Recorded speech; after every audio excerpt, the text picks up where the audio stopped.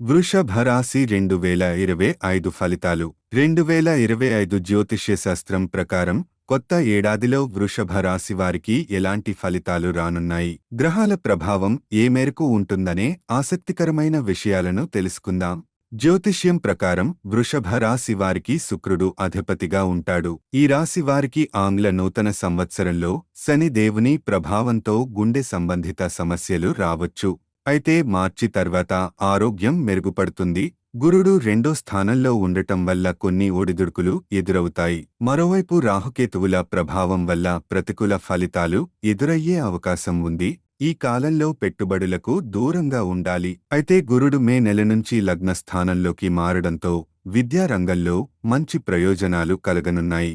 మరోవైపు శని మార్చి వరకు కర్మ స్థానంలో ఉంటాడు. ఈ సమయంలో మీకు కష్టానికి తగిన ఫలితాలొస్తాయి.